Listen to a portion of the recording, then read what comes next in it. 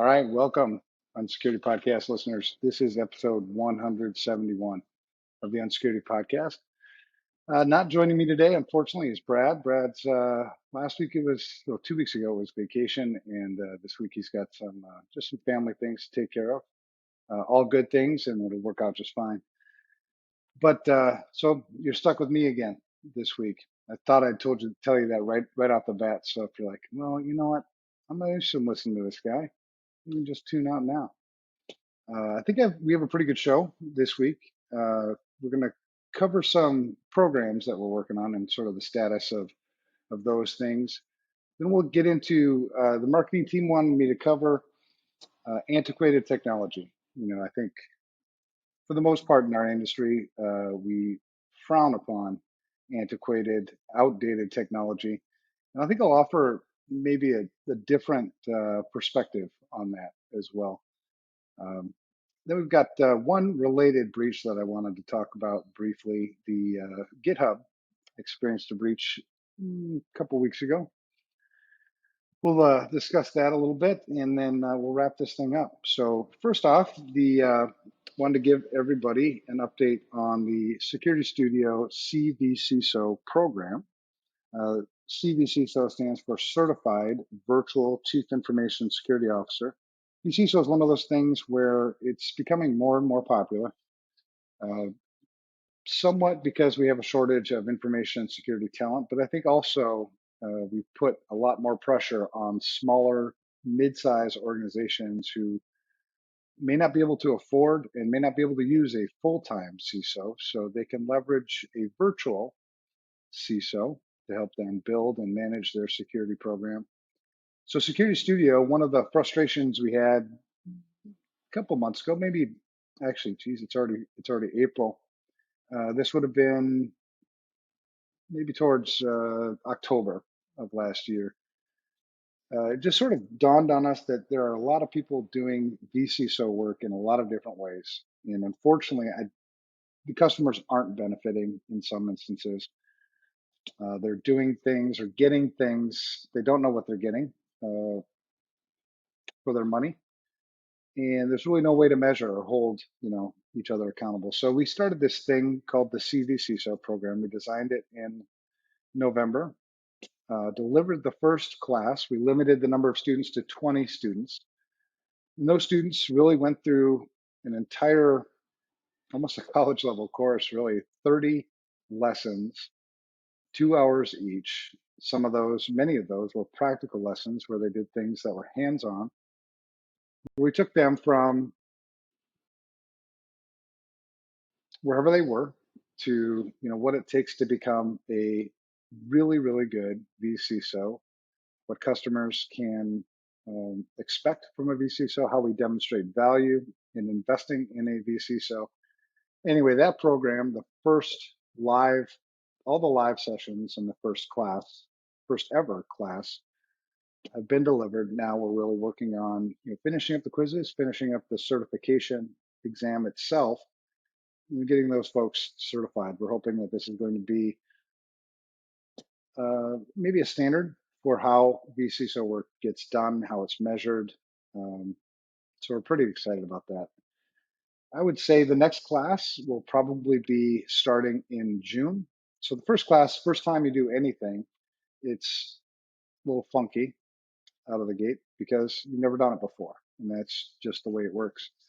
I think this class it exceeded our expectations and how well it went. And I'll give credit to the students who were in the class and their feedback as we went along.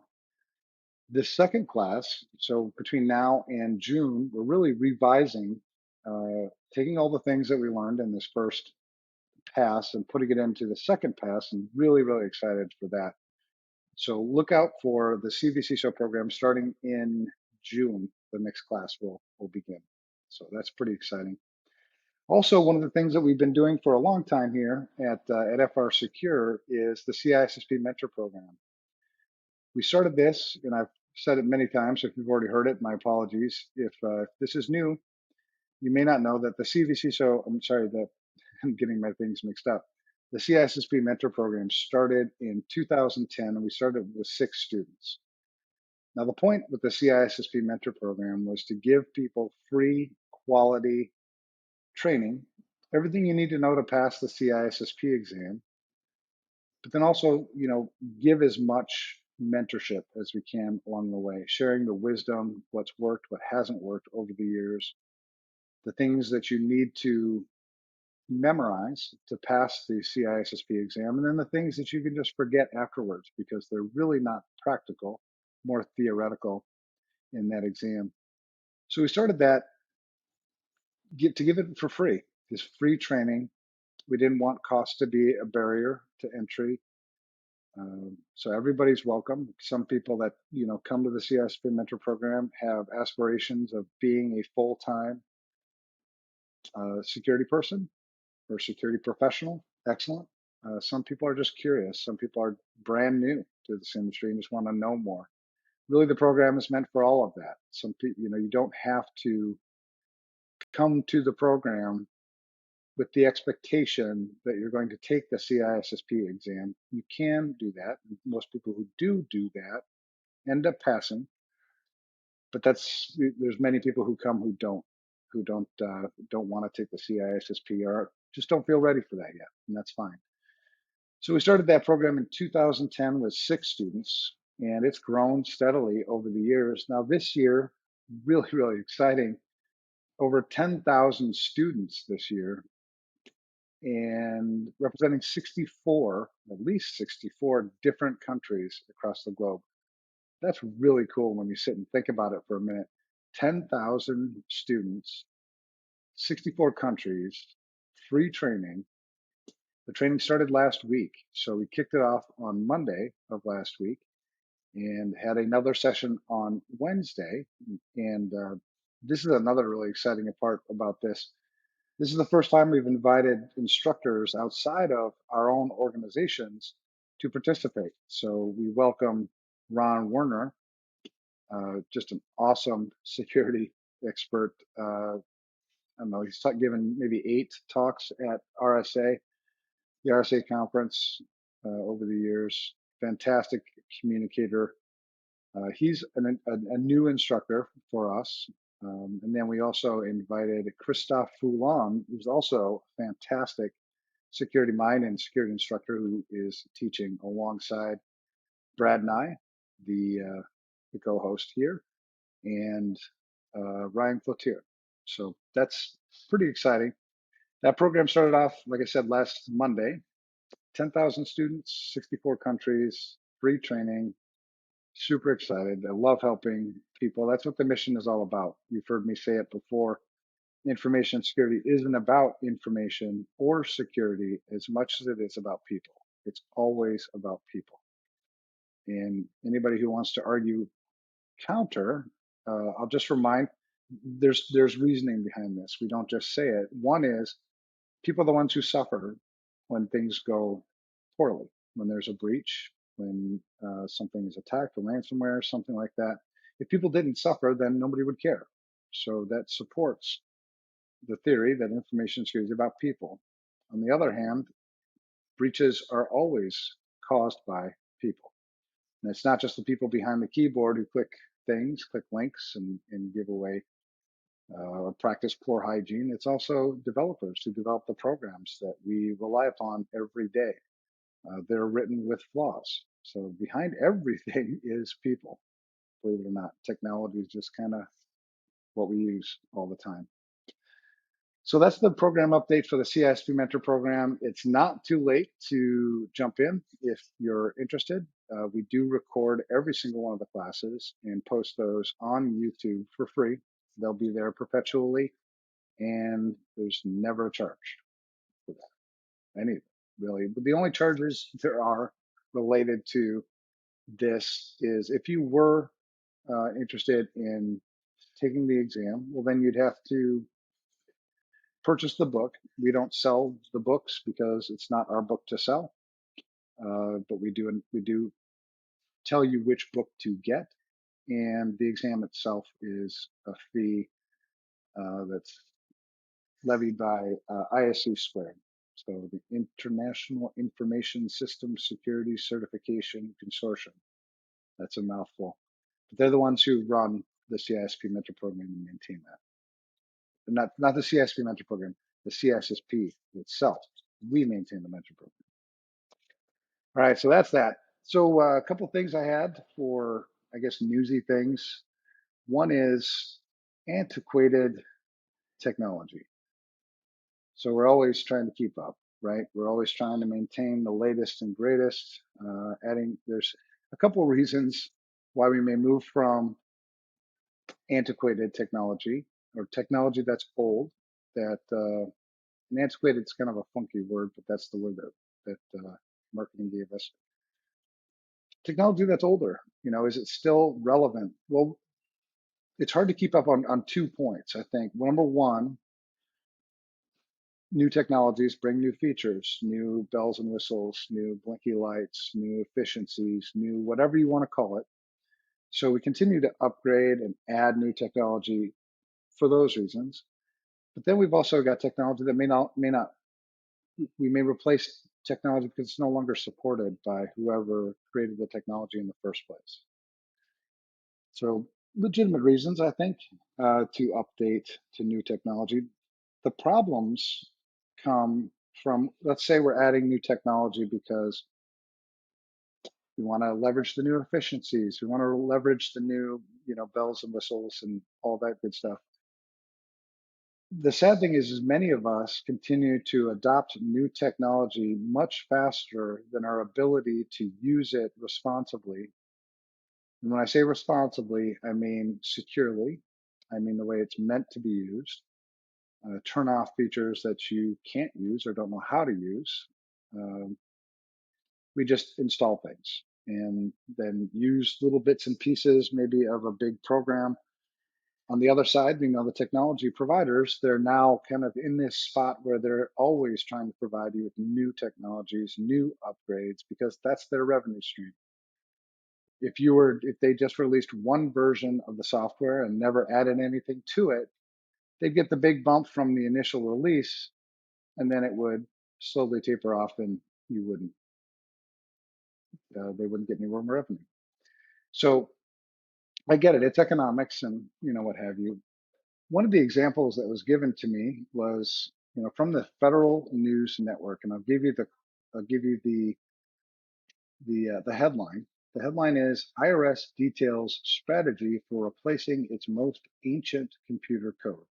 And it's a really good write-up from Tom Temin on the Federal News Network about what's going on with the IRS, because they have this thing called the individual master file. The individual master file at the IRS was written almost 60 years ago, still being used by the IRS. And so at first you'd be like, oh my God, 60 years, 60-year-old code running the individual master file, which is essentially the core of their computer systems. Yeah, that's what's happening. So you might be outraged at the surface, right? But then when you think about it, 60 years old, it's a small, the IMF itself, the IMF meaning the individual master file, is 200,000 lines of code, 200,000 lines of code, which by today's standards it's a very, very small application. And it's written in assembly. So assembly it's one of the lowest levels of code. It's written almost directly to the hardware of the computer system. So coded in assembly language 59 years ago, and 200,000 lines of code, but each line of code actually does quite a bit when you dissect everything. So there's been this push for a number of years to update that code. One reason is we don't have as many people who write in assembly as they used to. So it's hard to find people to maintain the code. Again, only 200,000 lines of code in comparison. Take, I don't know, Windows 10, take any Windows operating system, and it's 3, 4, 5 million lines of code as opposed to 200,000. But I wouldn't update the code just because it's old, right? Just because it's old isn't a good reason to update code. a good reason to update code is there's something there that you need that you don't have in the code. So there's a function, there's a feature that I need that's not there. So either you develop it and add it to your code, or potentially you have to rewrite in a new language. That would be one reason. Another reason is I just can't keep the code current anymore. So any bugs, any updates that need to be made, I can't make. So on that second point, the 200,000 lines of code, and being that it's written in assembly, and I can't find potentially people who can maintain the code in assembly, that could be a reason to upgrade this code. But we don't update just because it's old. There's lots of old stuff that works just fine. So in 2019, they came up with this modernization blueprint, and in that was the retirement of IMF, and it was deemed to be a crucial project. Uh, and one of the ideas, and it was actually approved, and it was a guy named Jian Wang wrote a process, obtained a patent actually. The IRS obtained a patent for his process. This process was to move the IMF to a new, I don't know, a new, they call it state two of the customer account data engine, or CADE 2. We need more acronyms, right? So there you go. CADE 2 was one of the things that we were going to update. So the IRS, and it's going to be written, this CADE 2 would be written in Java, right? The Java, which is a very current enterprise level, language. So got it. That's all fine. There's a couple of issues and things that we want to be careful for whenever we're updating antiquated code. If we're updating antiquated code because we want more features, great. If we're updating antiquated code because we can't find somebody to maintain it, great. If it's buggy, great. The problem here is we have 200,000 lines of code, which is much easier to secure than 2 million lines of code or 20 million lines of code. So the more complexity we add to this, the more difficult it becomes for us to secure it. Now, if IMF is a core function of the system and it's fairly secure with 200,000 lines of code, you want to be really cautious in updating that, right? Maybe there are things we can add above it, but that core piece of code, and maybe that's one of the reasons why the IRS has been so slow in really updating it, is it works. It's secure.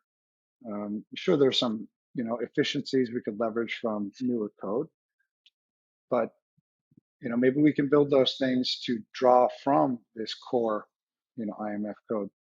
That's one way we could work around it, because something that's insecure at the core will always be insecure. So if we update this IMF with Java and make it too complex and make it very difficult to secure, then it's always going to be insecure.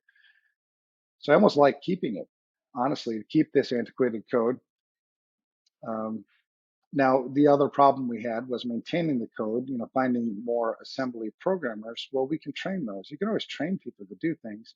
So training somebody to maintain the code, and the code is very, very stable. If it's been written, used for 60 years, it's pretty dang stable. There's probably not a lot of bug fixes, I would assume. So I guess I caution against, updating antiquated code just because it's antiquated code. Now, in our lives, right? We don't work at the IRS.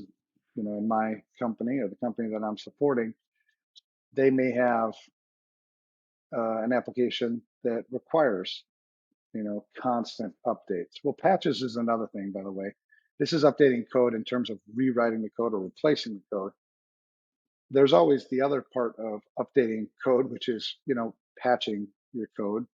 When there's a vulnerability, we need to either create a workaround so that vulnerability is no longer exposed or relevant, or we update the code with a patch from the manufacturer, or maybe one that we wrote ourselves. So that's a different type as well of maintaining software, maintaining those patches.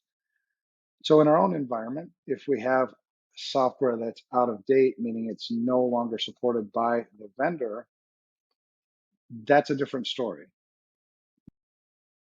You probably, well, you will need to replace that code because it will no longer be supported by the vendor. If you had written code yourself and it's fairly simple and it's fairly stable and secure, well then you might be able to just run that code forever. So antiquated code in itself depends on where you got it, who's maintaining it. In most cases, for our small environments, we would want to replace applications that are no longer supported. But before you do that, too, I would do an asset inventory.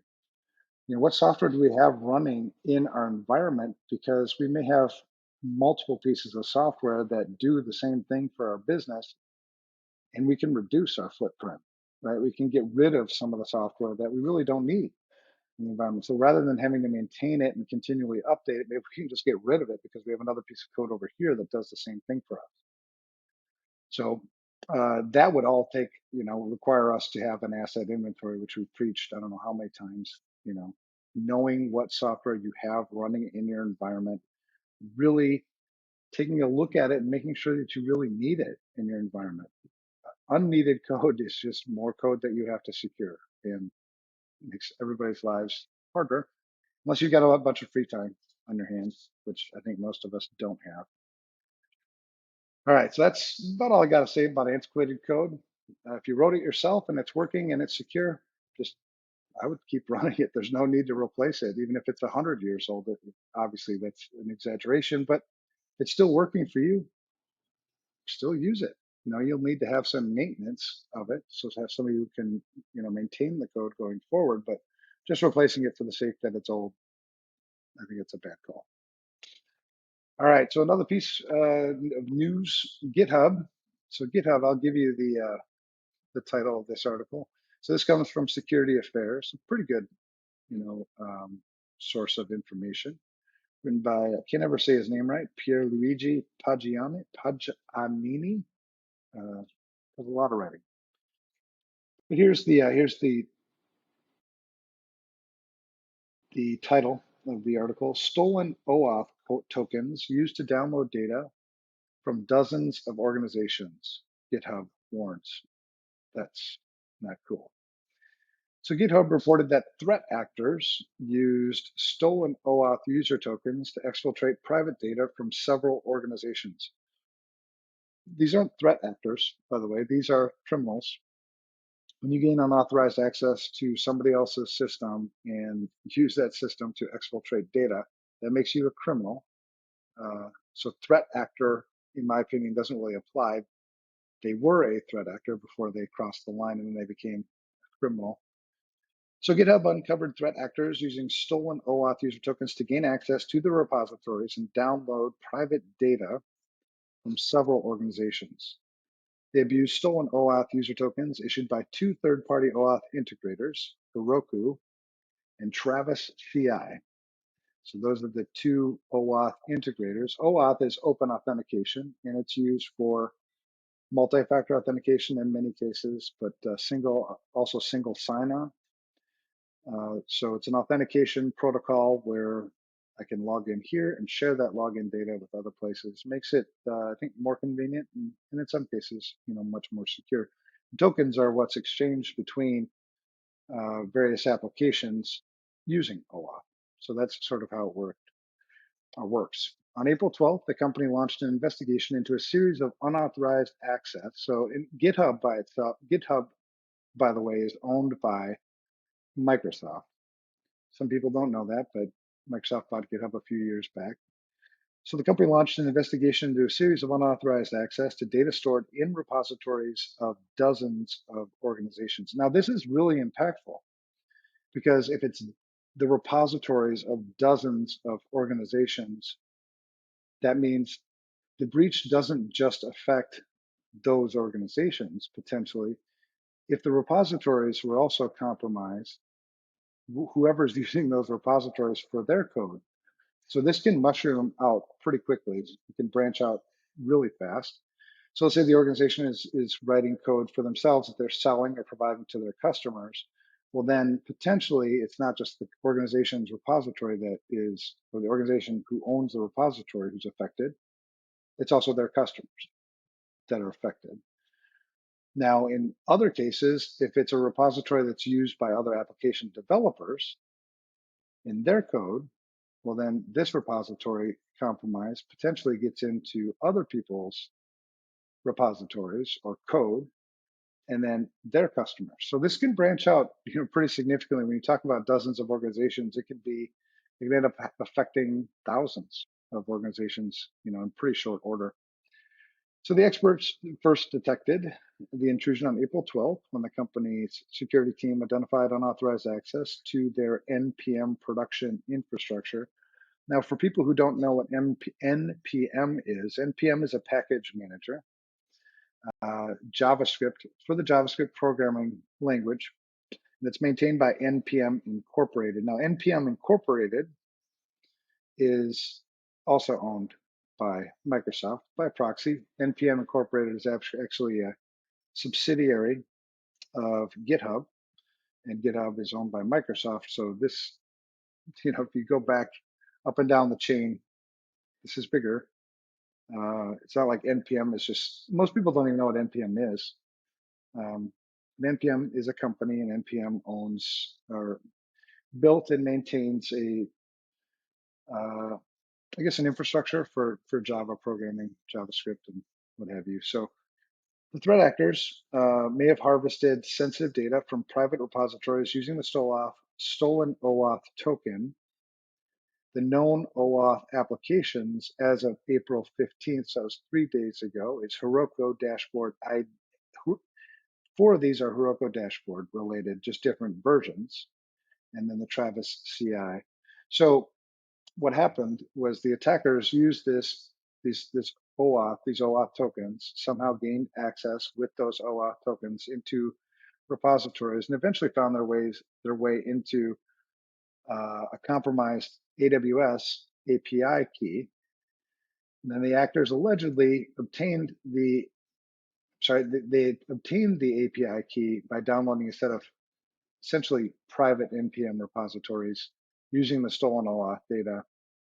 And then with that they were able to branch out even further. So the investigation still continues on the compromise.